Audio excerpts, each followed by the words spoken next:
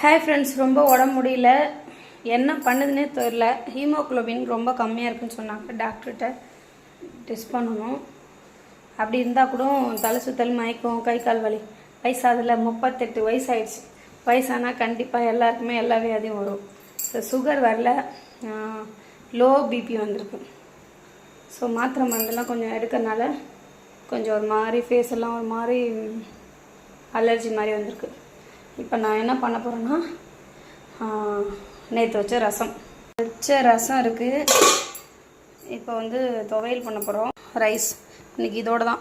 வாங்க பார்க்கலாம். இப்போ துவையல் பண்ண ரெடி ஆகிடலாம்.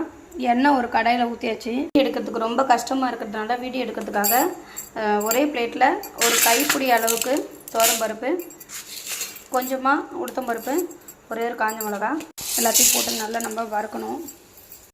நல்லா பொன் வறுவலாக வறுக்கணும். இந்த எண்ணெயில் நல்லா வறுக்கணும். அப்போ தான் துவையல் வந்து சூப்பராக இருக்கும்.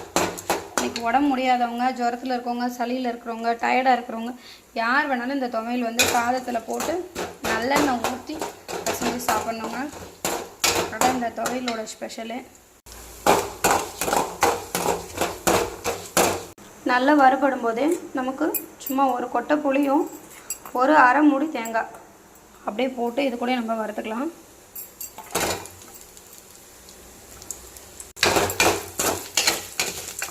நல்லா வறுத்து ஆற வச்சு இந்த துவையல் அரைச்சோம்னா சூப்பராக இருக்கும். நீங்களும் வீட்டில் செஞ்சு சாப்பிட்டு பார்த்துட்டு சொல்லுங்கள். நான் இதை அரைச்சிட்டு தாளிச்சிட்டு வீடியோ போடுறேன். சப்போர்ட் பண்ணுங்கள், சப்ஸ்கிரைப் பண்ணுங்கள். பாய். நல்லா இருக்கா?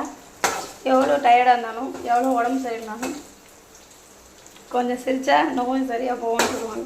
ஸோ உடம்பு முடியல தான், பட் இருந்தாலும் எனக்கு வீடியோ பார்த்தோன்னே மக்களெல்லாம் பார்க்கணுன்னு ஆசை வந்த உடனே அப்படியே பாருங்கள், இவ்வளோ டயர்னஸ்லேயும் அப்படியே எனக்கு சிரிக்கணும்னு ஆசை வந்துருச்சு, வீடியோ போடணுன்னு ஆசை வந்துருச்சு. முடியவே இல்லை, படுத்துடணும்னு நினச்சேன்.